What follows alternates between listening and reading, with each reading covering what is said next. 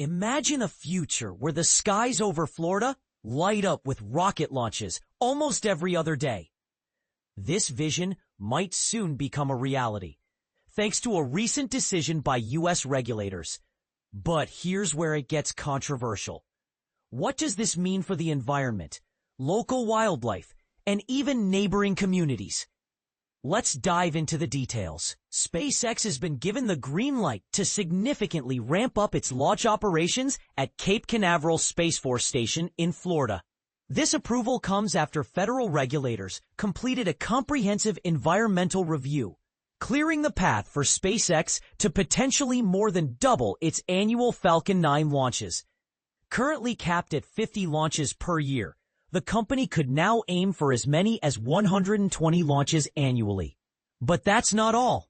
The Federal Aviation Administration, FAA, also approved plans for a new on-site landing zone designed to handle up to 34 booster landings each year. For those unfamiliar with how SpaceX operates, these boosters are the reusable first-stage components of the Falcon 9 rockets. After propelling their payloads into space, they return to Earth, either landing on solid ground or autonomously touching down on drone ships stationed offshore. This new dedicated landing site could streamline operations and reduce reliance on ocean-based landings. The environmental review, finalized recently, concluded with what is known as a mitigated finding of no significant impact.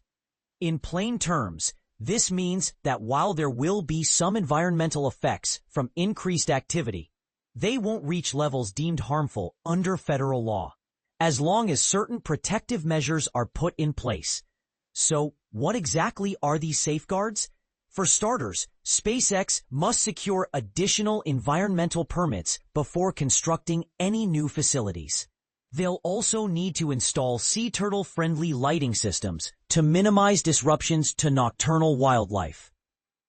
Additionally, pre-construction surveys will be conducted to monitor populations of Florida scrub jays and eastern indigo snakes, two species critical to the region's biodiversity. These steps underscore the delicate balance between technological progress and ecological preservation. Water management was another focal point of the review. One concern had been the deluge system used during launches, which sprays vast amounts of water onto the pad to mitigate heat and noise generated by the rocket engines. Environmental groups have raised alarms about industrial wastewater discharge, particularly at SpaceX's Starbase facility in Texas. However, the FAA determined that such discharges are highly unlikely to affect nearby bodies of water in Florida, a conclusion likely to spark debate among conservationists and industry advocates alike. It's important to note that Wednesday's approval is just one step forward. SpaceX still needs the FAA to formally amend its launch license to reflect the higher frequency cap. Furthermore, since the launch infrastructure sits on property owned by the U.S. Space Force, the Department of the Air Force must sign off on the changes as well. Why does this matter? Over the past few years, SpaceX has consistently broken records for launch frequency. In 2022, the company executed 60 Falcon 9 missions.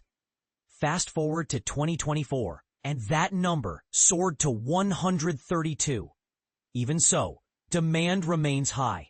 SpaceX serves a diverse clientele, including commercial entities, government agencies like the Department of Defense, and its own ambitious Starlink satellite constellation project.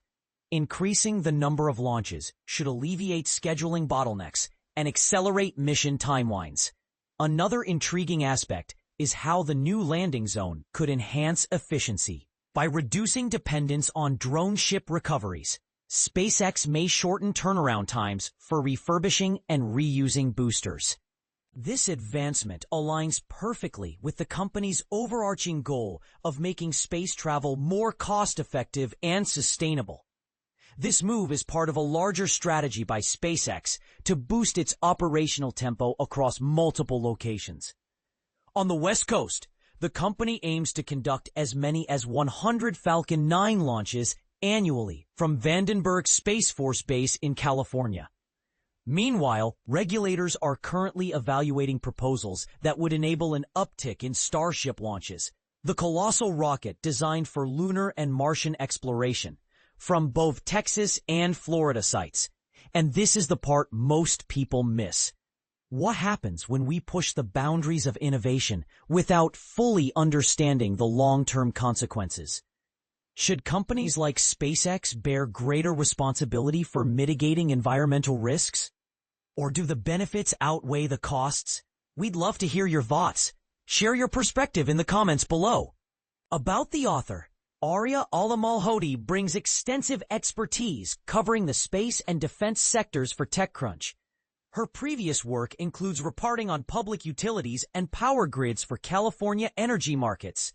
She has contributed to prestigious publications such as MIT's Undark magazine, The Verge, and Discover magazine. Holding a master's degree in art history from London's Courtauld Institute of Art, Arya resides in Austin, Texas. You can reach her via email at arya.techcrunch@gmail.com or through encrypted messaging on Signal at +1 512 937 3988.